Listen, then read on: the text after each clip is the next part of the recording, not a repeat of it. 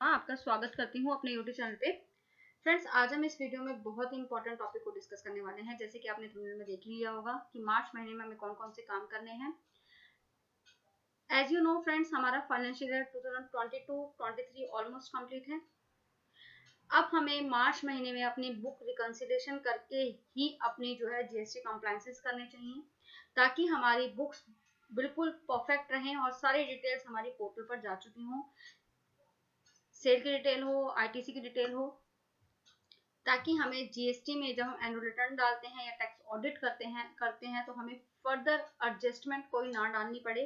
उसके लिए हमें मार्च महीने में ये सारे काम करके रखने हैं। तो बढ़ते हैं उस लिस्ट की तरफ कि हमें कौन कौन से काम जो है करके रखने हैं मार्च महीने में। ये हमारी लिस्ट है फ्रेंड्स। ये कुछ काम है जो हमें मार्च महीने में कंप्लीट करने हैं ताकि हमारी बुक्स बिल्कुल परफेक्ट रहे। ये लिस्ट मैंने आपके लिए बनाई है।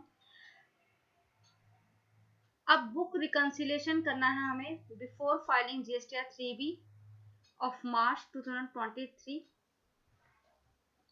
फ्रेंड्स, हमें जो मार्च की रिटर्न डालनी है जीएसटीआर 1 और जीएसटीआर 3B,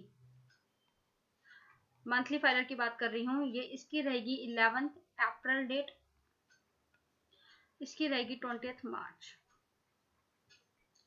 इन रिटर्न को डालने से पहले हमें ये काम करने हैं ताकि हमें जीएसटी की ऑडिट करते समय या टैक्स ऑडिट करते समय कोई इशू ना आए, हमें फर्दर कोई एडजस्टमेंट ना डालनी पड़े। उसके लिए हमें ये काम करके रखने हैं।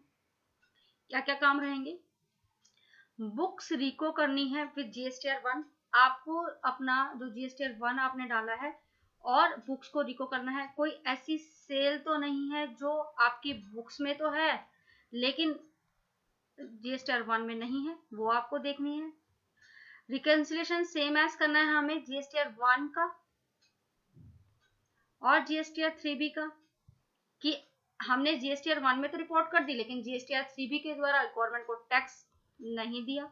ये चीज हमें ध्यान देनी है फ्रेंड्स। ऑल्दो हमें अपनी इन गलतियों को ठीक करने के लिए फॉर द फाइनेंशियल ईयर 2022-23 के लिए हमारे पास फर्दर टाइम है। कब तक का टाइम है? 30 नवंबर तक का टाइम है। पहले टाइम क्या होता था? 30 सितंबर। इसको एक्सटेंड करके क्या टाइम को लिमिट को बढ़ा के 30 नवंबर कर दिया गया है, यानी कि 2023 यानी कि 23 नवंबर तक का हमारे पास टाइम है इन गलतियों को ठीक करने के लिए। लेकिन अगर हम मार्च में ही ठीक कर लेते हैं तो हमें टैक्स ऑडिट या जो हम करते हैं 9C डालते हैं, उसमें हमें फर्दर कोई एडजस्टमेंट नहीं डालनी पड़ेगी। टैक्स ऑडिट में हमें कोई दिक्कत नहीं आएगी। तो हमें मार्च महीने में ही अपनी जो गलतियां हमसे हो गई हैं इनको रिकंसिलेशन करके मार्च महीने में ही ठीक कर लेना चाहिए। तो ये देखा आपने। आप अब बढ़ते हैं टैक्स पेड पर। आपने गवर्नमेंट को टैक्स एक्सेस तो नहीं दे दिया, ये भी आपको देखना है। सपोज आपको जो है गवर्नमेंट को टैक्स देना था 100 रुपीज पे, आपने जीएसटीआर 3B में डाल दिया 1000 रुपीज, यानी कि आपने टैक्सेबल वैल्यू तो ठीक डाली लेकिन जो टैक्स है वो गलत डाल दिया, गवर्नमेंट को एक्सेस टैक्स पे कर दिया। तो ये आप रिकंसिलेशन कर लीजिए। और अगर आपने एक्सेस टैक्स दिया है तो मार्च महीने में उसको सेट ऑफ कर लीजिए और उसको यूटिलाइज कर लीजिए मार्च महीने में ही, ताकि आपको कोई आगे डालना ना पड़े। फोर्थ काम हमें क्या करना है? हमें कैश लेजर और क्रेडिट लेजर को मिलाना है एज पर पोर्टल और बुक्स। नेक्स्ट पॉइंट नंबर 6 पे हमें क्या करना है? जीएसटी क्रेडिट को देखना है आरसीएम के अगेंस्ट, यानी कि आपने जीएसटीआर 3B जब फाइल करी तो आपने आउटवर्ड में जो अदर देन आईटीसी आता है उसमें आरसीएम वाला जो आती है एंट्रीज, उसमें आपने टैक्स तो डाल दिया लेकिन आईटीसी में आपने क्लेम नहीं किया उसे, तो आप उसको देख लीजिए। ये आपको देखना है। Most important GSTR 2A 2B and उसको फॉलो करना है।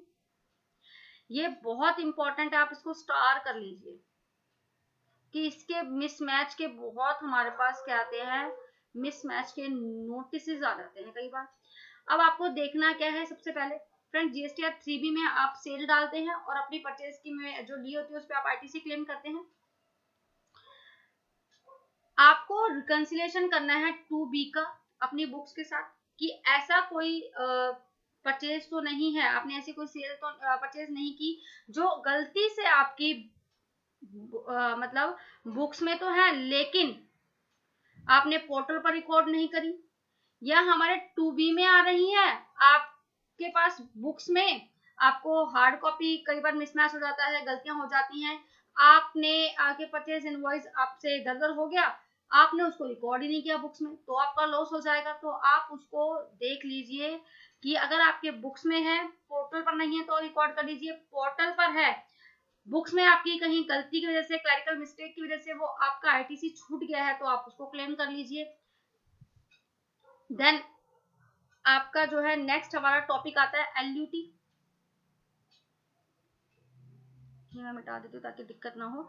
नेक्स्ट हमारा आता है एलयूटी, आपको देखना है अगर आप एक्सपोर्ट करते हैं, अगर आप एक्सपोर्ट करते हैं तो आपको एलयूटी यानी कि लेटर ऑफ अंडरटेकिंग देनी होती है, उसको 31 मार्च से पहले आप रिन्यू करा लीजिए ताकि आपको आगे जब आप नेक्स्ट फाइनेंशियल में कुछ एक्सपोर्ट करते हैं तो आपको दिक्कत ना आए। आपके कुछ डेबिट नोट क्रेडिट नोट है तो आप उसको देख लीजिए, वो आप डाल दीजिए। सबसे इम्पोर्टेंट जो है ये रिवर्सल जो करते हैं हम, चेक करनी है आपने पेमेंट कर दी है अपने सप्लायर को जो आपने पेमेंट परचेजेस ली है जिसके अगेंस्ट 180 डेज पेमेंट चेक आपको करना है, क्योंकि ये हमारा रूल 37 इसके बारे में बात करता है आईटीसी रिवर्सल के बारे में। आईटीसी रिवर्सल में कहा गया है कि अगर आपने अपने सप्लायर को पेमेंट नहीं करी है विद इन 180 डेज तो आपने जो आईटीसी क्लेम किया है उसको आईटीसी आपको रिवर्स करना होगा विद इंटरेस्ट के साथ। तो ये आप जरूर चेक कर लीजिए क्योंकि 9C में इसको आपको रिपोर्टिंग करनी होती है। रूल 37 में फ्रेंड्स हमारा जो है अभी इसमें अमेंडमेंट आई है। क्या अमेंडमेंट है, जैसे कि आपने आईटीसी क्लेम किया है, आपने परचेज ली थी 100,000 रुपीज की, तो आपने अगर 50% पेमेंट कर दिया है तो फर्दर 50% ही आपको जो है आईटीसी रिवर्स करना होगा, फुल अमाउंट को आपको आईटीसी रिवर्स नहीं करना है। जब तो ये आप इसको देख लीजिएगा, ये प्रोपोर्शन जो है हमें पार्शली आईटीसी जो है रिवर्स करना है जो पेमेंट हमने नहीं करा है उसके लिस्ट। अब आपको रिकंसिलिएशन करना है टर्नओवर का। ये टर्नओवर का रिकंसिलिएशन क्यों करना है, टैक्सेबल एग्जाम्प्ट सप्लाई आपको देखनी है फ्रेंड्स। जो ई इनवॉइस जो हमें बनाना है फाइनेंशियल 23-24 के लिए, तो आपको टर्नओवर देखनी है 22-23 की कि 10 CR से अबव तो नहीं है, तो वो आपको उसमें टैक्सेबल और एग्जाम, क्योंकि हमें टर्नओवर देखने के लिए एग्रीगेट टर्नओवर देखी जाती है, एग्रीगेट टर्नओवर हमारी टैक्सेबल और एग्जाम सप्लाई इंक्लूड होती है, तो ये भी हमें देखना है। नेक्स्ट हमारा e-way bill compliances most important है। कई बार ईवे में बिल के पोर्टल पर हमारे पास ग्लिचेस आ जाते हैं जिसकी वजह से कई बार ईवे बिल सही से जनरेट नहीं हो पाता है, जनरेट नहीं होता है। तो अगर इस तरह कोई मिसमैच है, आपने ईवे बिल जनरेट नहीं किया है तो उसको भी आपको देखना है क्योंकि इसके ऊपर बहुत आपके ऊपर पेनल्टी अराइज हो जाती हैं, ये भी आपको चेक करना है। रिकंसिलिएशन विद जीएसटी एडवांसेस, आपके कुछ एडवांसेस आए हुए हैं तो उसको भी आप देख लीजिए। Selection of frequency of return filing for April to June, अगर आप क्यूआरएमपी स्कीम में हैं उससे ऑप्ट आउट होना चाहते हैं तो आप उसको 31 मार्च से पहले देख लीजिएगा। अगर आप रेगुलर हैं और आपको कंपोजिशन स्कीम में क्यूआरएमपी स्कीम में जाना है तो आप उसको फ्रीक्वेंसी को चेक कर लीजिए।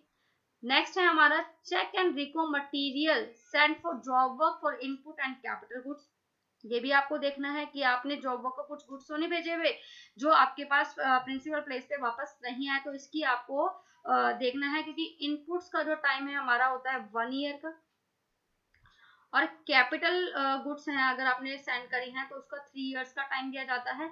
ये आपको देखना है कि आपके विद इन टाइम लिमिट्स आ गई हैं गुड्स, आपके प्रिंसिपल प्लेस पे नहीं आई हैं, अगर with in a time limit तो उसको आपकी सप्लाई मान लिया जाता है, तो ये भी आपको चेक करना है। रिक्लेम आईटीसी ऑफ रिवर्सल, जहां आपने ये 180 डेज का रिवर्सल किया है और अगर आपके पास आपको रिवर्स किया था उसको रिक्लेम करना है, तो ये भी आप चेक कर लीजिए। नेक्स्ट है एंश्योर टू कैलकुलेट टू पे आरसीएम।